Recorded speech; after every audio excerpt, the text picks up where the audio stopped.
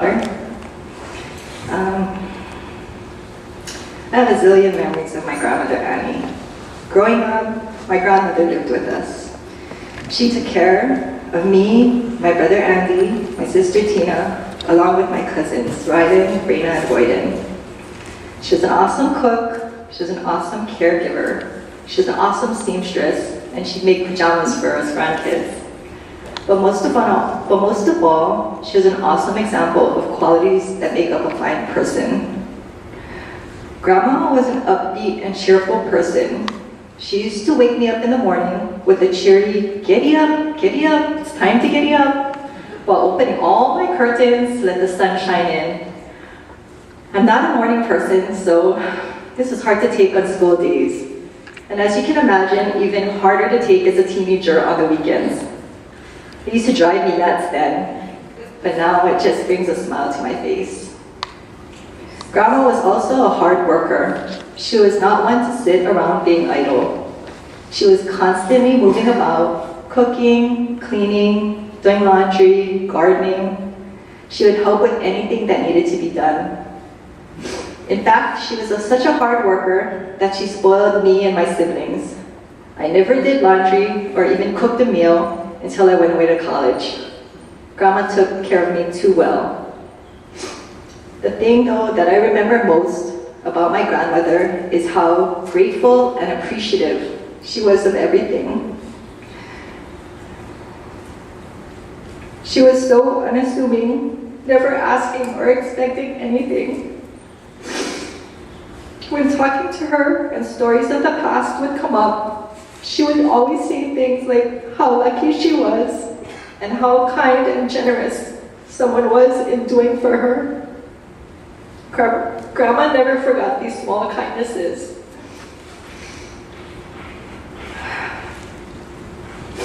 Even during the later part of her life, while suffering from Alzheimer's, she still showed this fine quality for being so appreciative of kind gestures.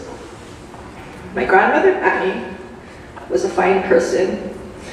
She lived as an example of so many fine qualities that I hope to instill in my own children. I will miss her always.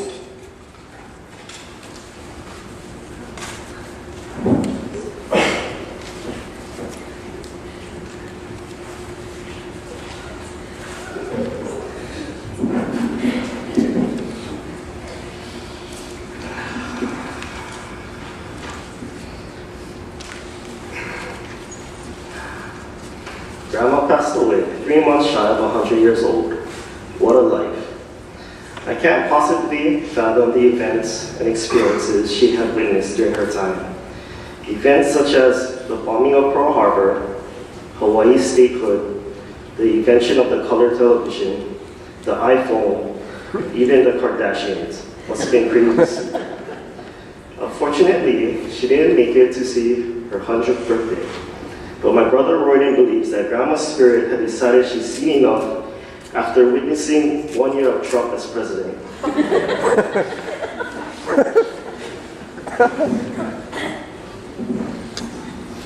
Despite what was going around in the world, we were lucky because our grandma was always there for us. We remember how the three of us would sleep in her room, and she'd wake up early and cook us breakfast, over easy eggs over steamed rice, or grilled cheese sandwiches. She never cared when we would rummage through her purse and eat all her Ricola cough drops, coffee candy, or spare makeup. The three of us would ransack the house or spend hours playing outside in her yard. Then she would cook us dinner for all of us and give us baths afterwards, which involved the roughest scrubbing of our lives. She claimed she needed to wash off all the red dirt that we rolled around in. But I believe it was her form of punishment for always getting so dirty. Or maybe it was justice for destroying her beloved plants when playing in her yard. Royden remembers one instance where he and a few of his elementary buddies discovered a small lemon tree that she grew in her yard. He thought it was a great idea to pick all the lemons from the tree to just make 1 cup of lemonade. Grandma wasn't too happy about that. We also remember how Rylan would wear collared shirts while attending high school. He needed them to be neatly ironed because he wanted to look good. So every morning before school, Grandma would help iron his shirts for him. And thanks to Grandma's contributions, Riley will forever be Pearl City High School's class of 2002's winner of Best Dress.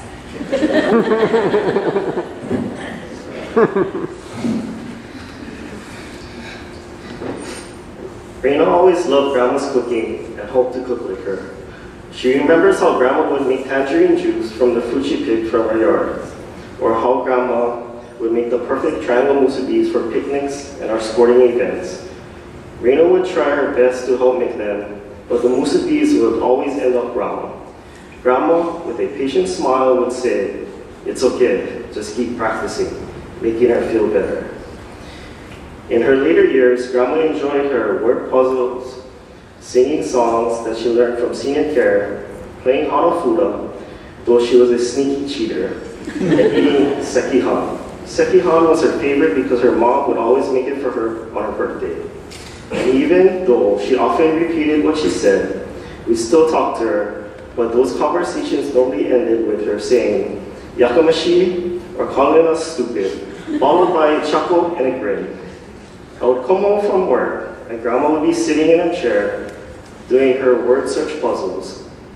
Every day, I'd come from behind and play with Grandma's hair. Amazingly, even with her fading memory, she always knew that it was me who was petting her head. In the end, we will always miss our beloved Grandma, but we are so grateful to have known someone who was so loving and caring. And we all know she was grateful to be part of your lives as well. From bad dates to hugs, spankings to love, and everything in between, Grandma was there for us. And she will continue to be there for us, whether it be in the life lessons she's instilled in us, or the memories of her we cherish dearly. She's forever entwined within the fabrics of our hearts.